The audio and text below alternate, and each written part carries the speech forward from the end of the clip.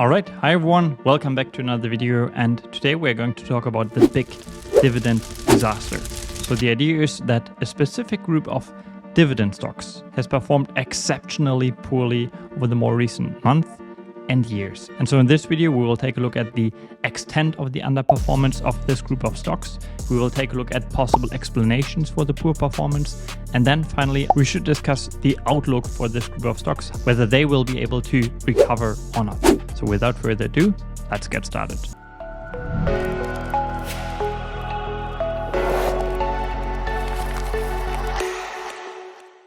All right, let's start with an overview. First of all, dividend-focused investing strategies are incredibly popular. If you take a look at some YouTube channels, for example, you will find YouTube channels focused on dividend-focused investing strategies with hundreds of thousands of followers. The same is true for accounts on Twitter that usually have tens of thousands of followers.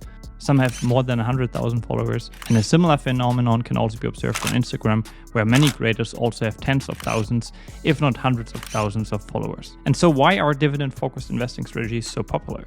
Well, there are a couple of reasons for this. First of all, dividend-focused strategies give you a stable income. And I feel like getting a regular income is something that many people find quite appealing. And then even though many high dividend yield stocks are actually very boring companies, investing in such companies has actually been quite rewarding for shareholders, as many of these companies are very profitable. They may not be incredibly fast-growing companies anymore, but they are profitable, they are stable, and they are focused on returning some of the cash produced by the business back to shareholders, mainly in the form of dividends. So in this video, I want to compare the performance of the S&P 500 index to the S&P 500 Dividend Aristocrat Index. So for starters, what are dividend aristocrats? Well, the definition is a company becomes a dividend aristocrat if it pays a dividend and if it raised its dividend consistently for at least 25 years. And in fact, many companies in the S&P Dividend Aristocrat Index have raised the dividend for 40 years or more. Currently, so at the beginning of 2024, there are 68 companies that are considered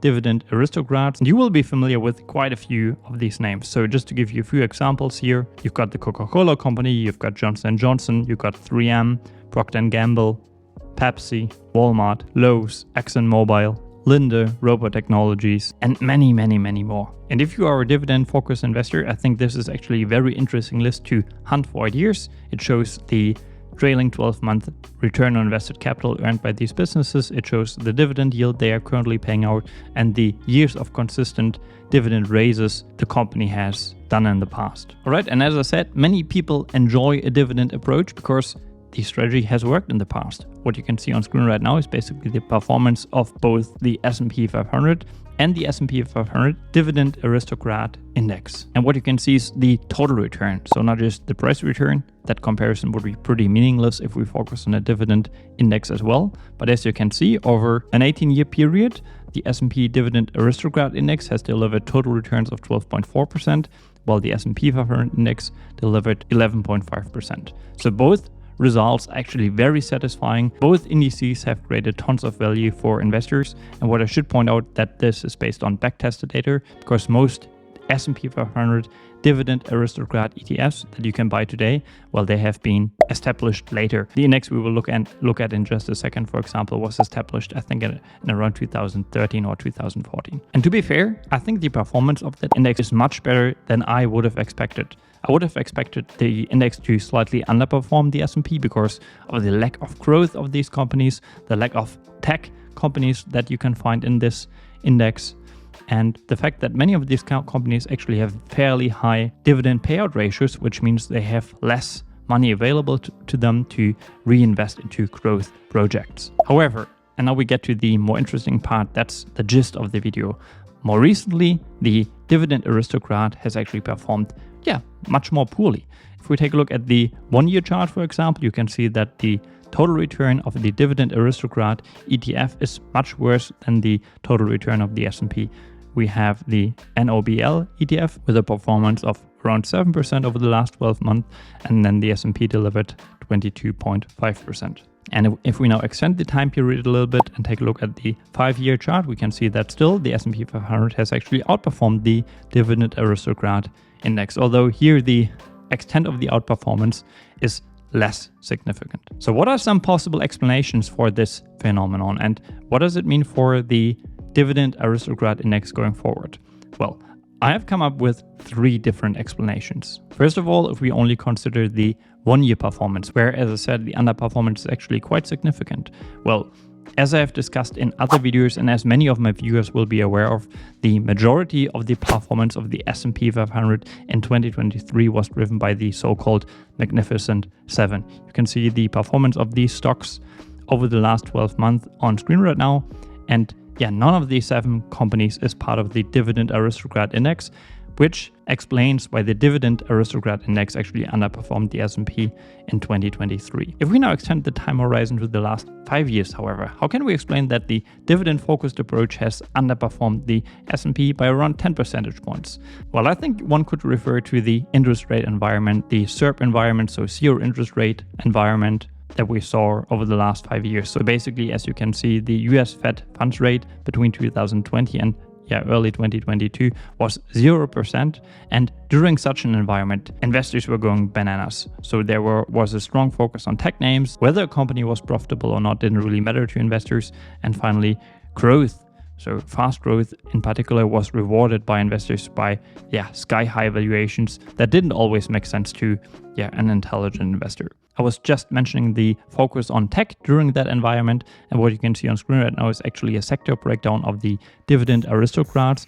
And as you can see, the Dividend Aristocrat Index is actually filled with stable, all economy, consumer product businesses and manufacturers. And I guess it's fair to say that these names didn't really excite investors during the low interest rate environment. And I think what's important to point out is that while these quote-unquote boring businesses aren't very likely to generate 20% plus earnings per share growth, they are also very unlikely to see large earnings drawdowns. So I think this is what makes this strategy actually fairly viable. And then the third explanation I was thinking about was valuation.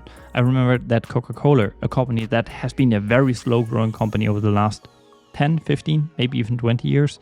Well, this company was trading at 30 times earnings per share, and actually it was trading at 45 times earnings in early 2018. And I know that Coca-Cola faced some significant multiple compression, meaning that over the last 4 to 5 years, the valuation multiple of Coca-Cola has actually declined by as much as 50%. I think as of today, I would have to double check, but I think as of today, Coca-Cola is trading at a low 20s earnings multiple. However, I was then just taking a look at the revenue multiples of some of the Dividend Aristocrat companies. I was using a revenues multiple because more recently some of these names have actually been unprofitable, which that didn't make the price to earnings per share valuation metric a viable option for the sake of this video. And to my surprise, the revenue multiple of these companies was actually fairly stable over the last 5 years. But finally, what I then did is I headed to Koifin and I took a look at the PE ratio of the Dividend Aristocrat Index. And what you can see here is that while there was some multiple compression between 2021 and late 2022, if you take a look at the longer term, the last 5 years, the index actually enjoyed some multiple expansion. Which leads me to the conclusion that many of the Dividend Aristocrat companies also haven't been performing exceptionally well over the last 5 years on a fundamental basis. So what does this mean for the outlook of this group of stocks? Well, obviously I don't have a crystal ball, but I want to point out a couple of things here.